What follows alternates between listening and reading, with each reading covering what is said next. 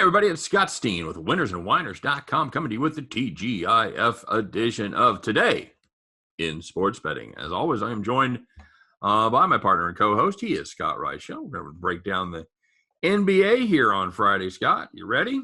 Yep. How'd your day go yesterday? It was okay. We split our premium plays. We almost and then on our play of the day, we almost got home there as the Bucks. They just about bucked it up, but our official cap number, we lost. I think a lot of people probably had better numbers on that, and they might have gotten home, but officially went down as a loss. And yourself? How'd your you had a hockey play. How'd that go? Bad beat push. I had a total. I had an over 6. I had 6 goals through 2 periods. Yeah. I had no goals in the third period, so I got a push there. I had about 20-something minutes there to get one across. Couldn't get one. Oofta. Any close shots on goal? I mean, were you in the ball game? Yeah. It seemed like Jari for the Penguins made a couple of big saves, but it just happens. I'm sorry, buddy. Yeah, it happens. It's better than a loss.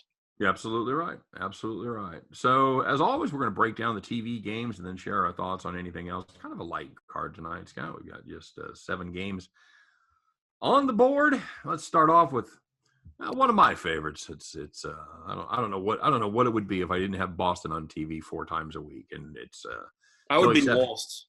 What's that? If it was truth, if you talk about me, I would be lost. If Boston. I'm talking about me, but yeah. Yeah. Now I'm saying, spoken about me. I don't know how you feel, but I'd be lost if Boston wasn't on like 3 times a week. I wouldn't know what to do. I between as a Midwest sports fan, between seeing the Boston New York Yankees games every time they're on, the play of the game of the day, and seeing the Celtics in prime time every 3 times a week, and of course New England they show up every once in a while. I'm about over it. About over the Northeast. I got to tell you. That's fair. It's the same faces every year. Yeah, yes, it certainly is. So we got one here, buddy. It's Boston headed to Brooklyn. You know what I'm saying? Taking on the Nets there in the Barclays Center. I found out that wasn't named after Charles Barkley. Did you know that? I did read that somewhere. Do you know who it's named after? I just know that Barclays is just a company. Is it like an insurance company? What do they do? No idea. They own a basketball stadium.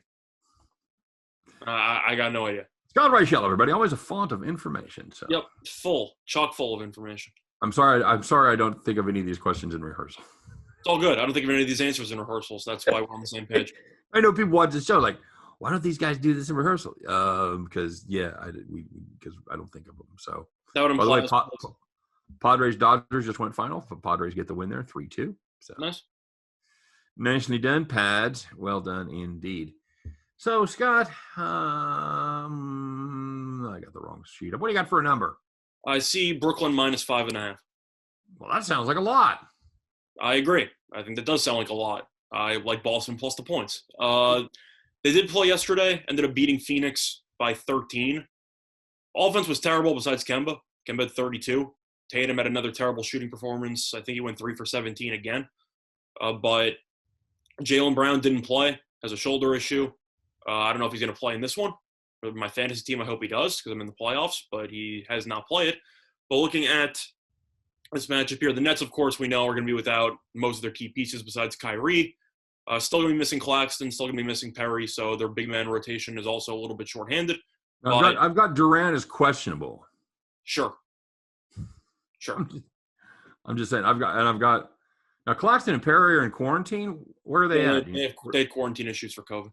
I mean, are they coming out? I mean, because they're both questionable. So I mean, are they coming out soon? Possible. I don't think they're going to play in this game, but if they do, it should be limited because they haven't played in about a week and a half. Right. But if you're looking at a number here, I got to assume money comes in on Boston because from what I saw from the Nets, I know they ended up beating New Orleans on the road as underdogs. They had a game against Toronto, which I like Toronto in. I mentioned on the radio show. Nets played well in the first quarter and then got absolutely smacked for the rest of the game. It's just the way the Nets are. You know, they're a little bit shorthanded. They don't play much defense. They have no big man depth. And assuming Tatum remembers how to shoot, I think the Celtics are good enough to keep this within 5. So I'm going to go with Boston plus the points because I think money should come in on Boston in the morning. You? I just don't see Brooklyn money coming in on this number. I see it coming in if Durant's cleared.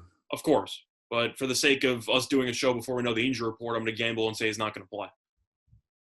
What do you think the odds of him not playing are? Like 80%, 85%? Maybe even higher? Wait a minute, but hasn't he been listed? Wasn't he been listed as out every game? Yeah, but the Nets have been coddling their superstars all season long, so I'm not going to buy anything until I see probable. Why? Well, my question. I mean, I think he's trending in the right direction. I mean, why would you move him? He should be trending in the right direction. I'm just saying the Nets have been basically wrapping their best players in bubble wrap for the entire season. Like I don't think questionable means anything for this team. You?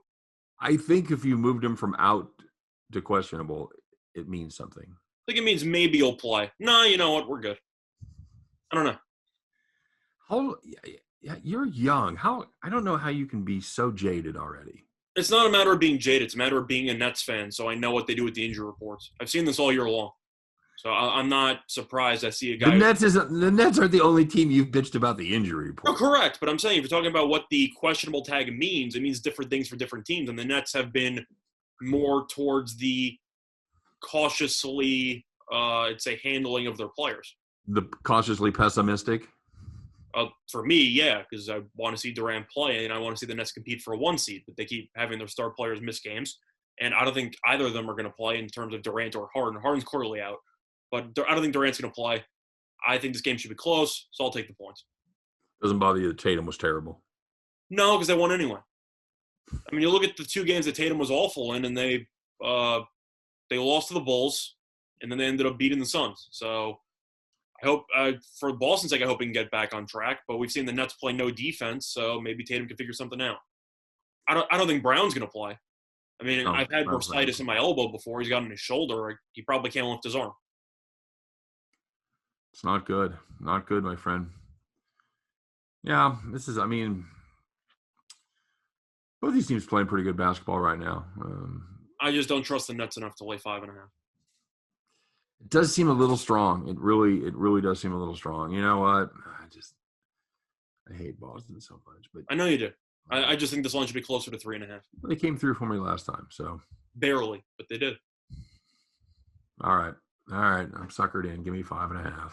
Yep. Any thoughts on the two? Got a total yet? I got nothing. Yeah. I'd lean under just because Boston's played some huge low-scoring games lately. So I'd lean under, but I don't have a line. Fair enough. All right. So our other TV game, Scott, is going to be another couple of our old favorites here. It's going to be the Denver Nuggets at Golden State. My favorite.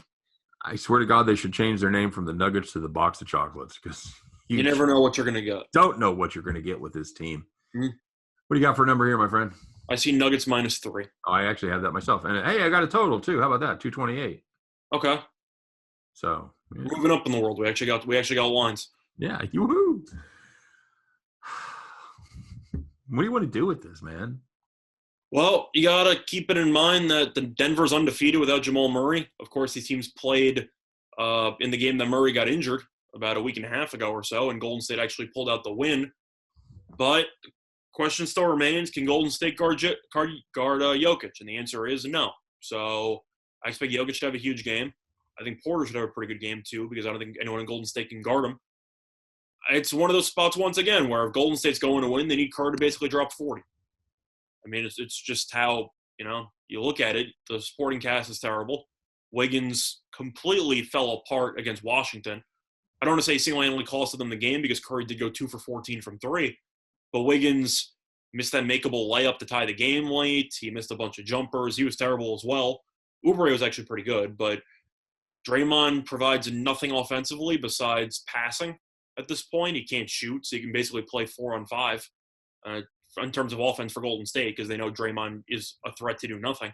But I'm going to go with Denver. Am I thrilled with it? No. Do I think Golden State could win this game? Yes. But if I have to pick a side here, I'll take the better team, and I'll take the MVP candidate in a revenge angle against a team that they probably are still thinking about how badly they played in that Golden State game.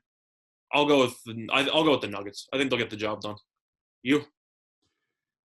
Yeah, I mean, this is a game, and you referenced it. They played about a week and a half ago, Golden State beat them 116-107. You know how many Curry had in that game, Scott? 53. 53. That is correct. Curry had 53 in that game. 10 of 18 from three-point land. Yep. So probably that's likely to not be repeated. Assuming Curry goes for 35, don't you just think they're going to lose? Yeah, because I don't think they're going to make up those 18 points. Correct. That's how I feel. Yep. I'm all in on this Nuggets team, Scott. Love them. They're the best team ever. I don't know why I would ever play against them. Yep. Undefeated without Murray. Headline of this show: Reichel says Murray overrated. Denver doesn't need him. Yeah, something like that. That's what the mainstream media would say. But that's what the main point I'm trying to just say is that even without Murray, you might have thought they might have taken a step back. Hasn't really been the case. So I still think Denver's pretty good. And with Murray out, you just give Jokic more offensive responsibility. That seems like a pretty good recipe for success, if you ask me. But Monte Morris isn't playing. I'm devastated. Devastated. I like Monte Morris as a player. He's a good role guy, but he's still got Porter. He's still got Jokic. Aaron Gordon's kind of fallen apart the last couple of weeks, but defensively he's still been very good. Yeah, and even Barton's had some spots where he's been pretty good. So I think Denver can make up the absence of Murray. I just don't think Golden State can make up the absence of about 15 points from Curry. And I got to assume Denver, after getting torched by him, should probably send 4 guys at him every possession. So we'll see if Golden State can make adjustments. I don't think they can. So I'll take Denver. I like the under, though. What did you say it was, 228? I think that's too high. You think, huh? I do. I think that number's a little bit too high. Denver's still been good defensively. Golden State's been pretty good defensively lately. And if we think that Curry's not going to go nuclear one more time, I got to assume Golden State's going to struggle offensively. It's an interesting number, Scott, because it was 227.5 last time. It landed 223. Even with Curry going off, putting up a half a hungy, they just made 116 against Denver. So, yeah, I'm going to have to go along with you there as far as the total goes. I think you're right. You know, Golden State not playing horribly on defense right now. They're playing decent. So plus Denver plays slow. So yeah, and they play slower without Murray too, because everything has to get touched 3 times by Jokic. It's a good way to set up your offense. I agree, and it works. It worked from. I mean, I don't know, Scott. Is there anybody better in the NBA from 8 feet in? Probably not. All angles, baby hooks, the shit that he just throws up there and just then hit the rim. Just never hits the rim. You can probably argue Embiid. Yeah. Not sure he has quite the touch that Jokic has. He doesn't, but Embiid has more athleticism. That's probably true. So, all right, Scott. So we're boringly in agreement here. I'm reluctantly on the Celtics train on the first one. I'm much more enthusiastically. I tried to give you a clickbait headline on the Murray news, but that apparently is not going to change. Good job. Well, that's going in the description of the video. Yeah. Jamal Murray sucks. Scott says so. Watch the video and find out. Yeah. Anything else get your attention here, bud? Well, I'm going to have a play of the day on the NBA, but other than that, not really. A couple of games here that I think could be interesting just to actually keep in mind. I think Miami -5 is interesting against Atlanta. I know Atlanta at home, you might be wondering why are they getting 5 points? The team's been on fire. No Trae Young, because he injured his leg against the Knicks. He's out for the next 2 games minimum. So without their best player, I got to assume Miami kind of just clamps down defensively, and Miami's played pretty well for the last week. So who knows what that team wants to do? It seems like sometimes they want to go back to the NBA Finals. They're a streaky team. It just is what it is. But the point is, without Trae Young, I got to assume that Miami's going to put the clamps down. Yeah, I mean that would be the logical assumption. Yeah, but yeah. So my point is, you can't assume anything about this stupid team. That's fair, but for the sake of this, I'll take Miami because I think Atlanta without Young should struggle offensively. Yes, I would. It's hard not to agree with. Oladipo's still out, but Hero should play, and that's really the only problems they have. So, yep, I'm with you. That's pretty much it. All right, very good. As always, if you're looking for information on these games or any other games, the one place for you to stop is winnersandwhiners.com, the #1 site in the world for predictive sports analysis. for full game write-ups, previews, and predictions on every single game, every single day. So make sure you stop by there, always free, winnersandwhiners.com. And as always, we wish you guys nothing but the best of luck. Hope every one of those tickets in your pocket turns into cash money back at the window. All right. You guys have a great day. For myself, for Scott Reichel, for all of us over here at Winners and Whiners, we appreciate you watching. Stick around. Check out our MLB plays next. And we'll see you next time on Today in Sports Betting. Take care, everybody.